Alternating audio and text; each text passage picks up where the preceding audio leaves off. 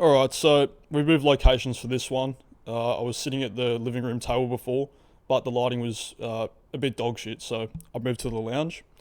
So today I'm just going to be talking about some of the racing coming up around the world. Friday night, Saturday morning, you've got Meydan. To be honest, it's a fucking terrible card, but and also there's the fucking worst Group Two of all time being run. So I'm gonna have to talk about it and why it's so shit. But also, there is a few interesting runners on the card in some of those handicaps, on both dirt and turf. So I'm going to talk about them a bit. And in Japan this weekend, there's a few sort of listed races, Group 3s. There's a Group 2 on Sunday, a mile and a half handicap.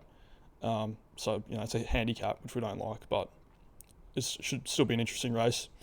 And also, tomorrow, there's the racing at the Gold Coast for Magic Millions. Some crazy prize money up there. In that 2-year-old race and the 3-year-old race, I think it's got the same amount. But that 3-year-old race I'll talk about a little bit because there were a few interesting betting angles there. No bet for me, but I want to talk about some horses there. Also, yesterday there was a few jockey injuries. Obviously, Mark Zahra and Karen McAvoy, obviously both bad, but Mark Zahra especially because he's got some really good guaranteed rides coming up this autumn. And that's right. The fucking the Randwick trials yesterday. I went down there yesterday morning. I was off work, and it was interesting seeing some of those horses out there. I'll go into it with more detail later on. So I'll start off with Meydan. Mostly handicaps this weekend. Talgunner Joe. That's one of the horses I want to talk about. It's by Nick's Go. He had a few starts on the dirt and didn't really fire. But props to Dylan Cunha, trainer in Newmarket, because I often reckon if I was a trainer, I'd do exactly what he's doing. I'd look for, the horses that I get that are, bred to run on dirt, like this one, and his other one, Gun Carriage, who's by Gun Runner, got sold for a shitload to Cornwall back in the day. He's bringing them out to Dubai for the winter. He's running them on the dirt. He could have taken the boring option and kept them for some some shit handicap in the UK, but he's campaigning them a bit daringly and he's running them on the dirt, which is good to see. It's not paying dividends so far, but it's just interesting. This Flame of Sunshine looked like a really good horse at the start of last season, but kind of fell off a bit and is now running on the turf. What else was there? Oh, that's right. This jockey here, Siraj Nerudu, apparently he's like one of the best Indian jockeys of all time. I don't know where that ranks on a global scale, but if he's the best of a jurisdiction, that might command a bit of respect, So go on to the next race. It's not a great deal to talk about, although there is a few interesting horses. Yeah, that's right, Gun Carriage. Pretty sure he's by Gun Runner. And when he was bought by Ballydoyle, he had a few starts there. Did he have a few? He might have just had one. Yeah, he had a few.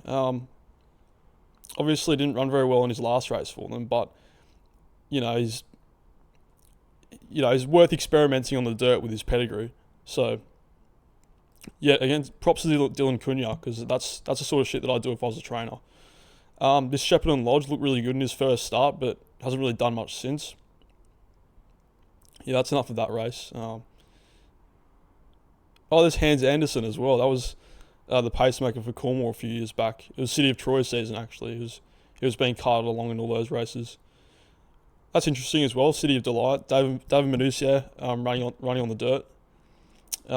It's a bit of a long dirt race too, bloody 2,200 metres. Don't see that very often. All right, we'll move on. Yeah, there's a few nif-nuff horses running. Yeah, that's not a particularly interesting race. I think Indian Springs got narrowly beat last. All right, here we go. Oh my god, this is one of the worst Group 2s I've ever seen. Last year, it was actually a decent race. I remember Choice trained by Simon and Ed Crisford, won over Cinderella's Dream, who both consequently won Group 1s. So it was a lot better last year. I'm hearing this Quid Pro Quo horse was quite a good horse in South Africa, but its last start was in Deauville for the new trainer, and it ran, quite average.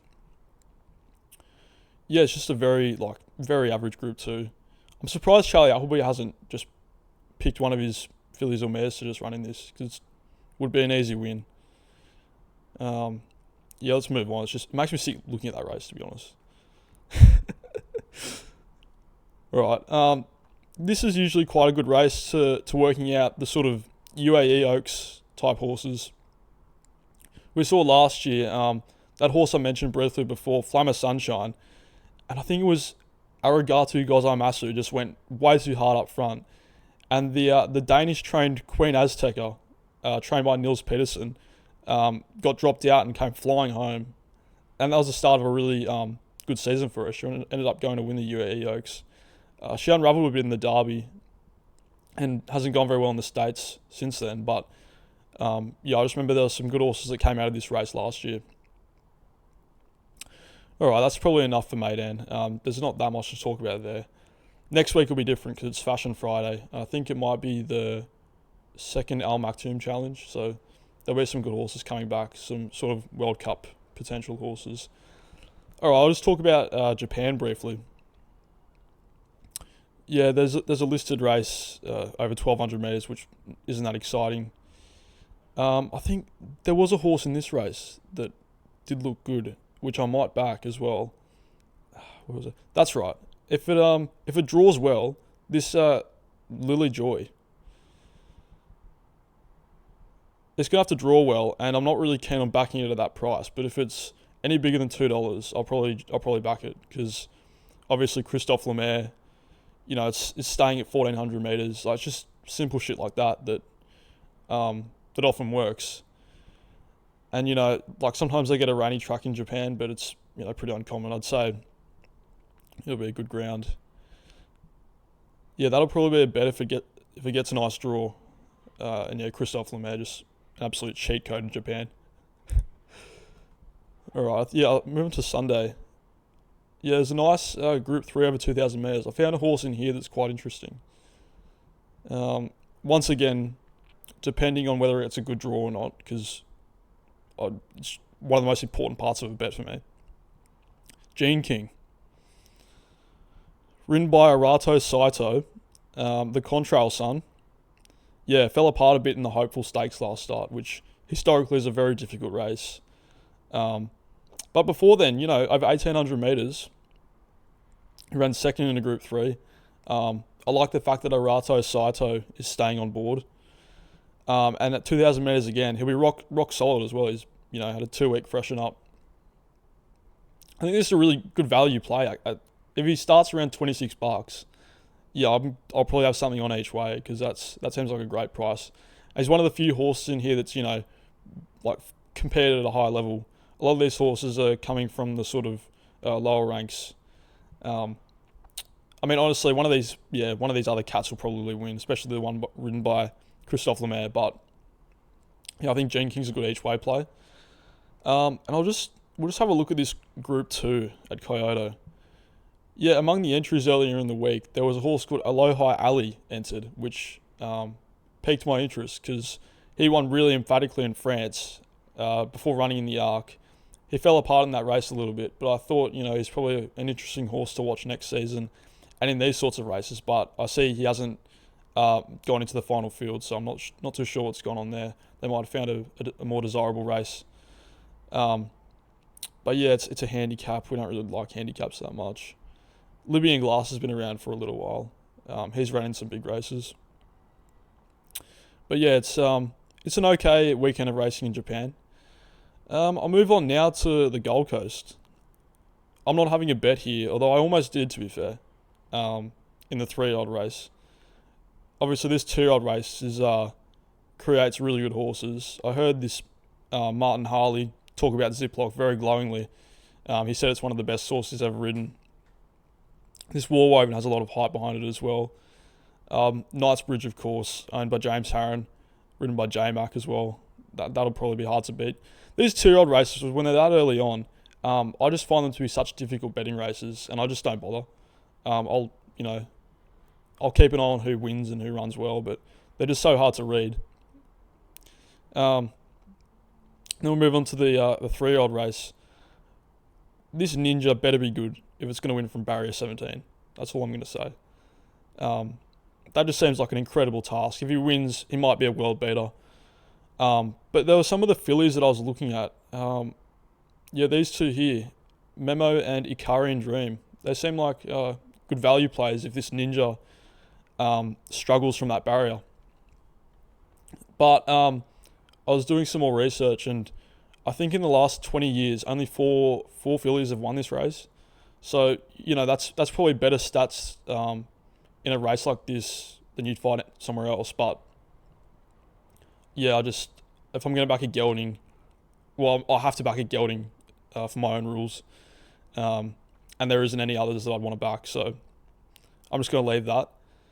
But yeah, it should be interesting racing at the Gold Coast. And Magic Millions as an event just looks so class. Like if you're a racing fan, if you had $1,000,000, like it'd just be so much more fun. But you know, and oh yeah, what else? Yeah, bloody Mark Zara and Karen McAvoy injured.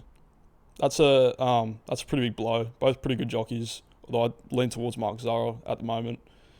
But yeah, it made me think who's going to ride Tentaris in the Lightning Stakes, because in an interview the other day at the cricket, Jason Richardson interviewed Mark Zara, and yeah, he said obviously Lightning, new market for Tentaris, and a potential start in the Randwick Guineas for Observer, which he might make, but if what they're saying is he's got a fractured tibia, which is sounds like no joke. Yeah, he should be out for the Lightning, so I wonder who's going to come up for that ride. And keep in mind the Apollo Stakes is on the same day, so a lot of the good Sydney jockeys will stay there for their stay here for their rides. But yeah, he did that at a trial. Same with Karen McAvoy. And speaking of trials, I was at the trials at Randwick yesterday. Had a day off work, so I thought, why not go and see some of the stars in action. Obviously, all the good ones had the handbrake on. But one of my main takeaways was Sir Delius. He was like really warming up towards the end, and I noticed he needed a bit of extra pulling up from Craig Williams.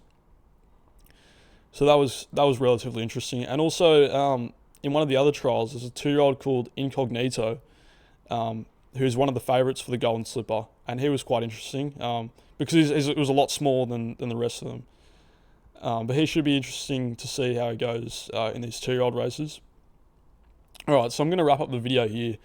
I'm hoping to do these sorts of form-based international racing videos once a week. It'll be a lot easier next week with really good racing at Gulfstream with the Pegasus World Cup, and Shartin as well, obviously. Romantic Warrior and Karting Rising. There's not much value there, but it's kind of interesting, especially in the Stewards Cup, because there's more runners there. You can find some each way value. But yeah, anyways, if you enjoyed, like and subscribe. I'll try and do one of these videos, once a week, and one of those race plan videos. I really enjoy making those. So yeah, if you enjoyed, like and subscribe, and see you later.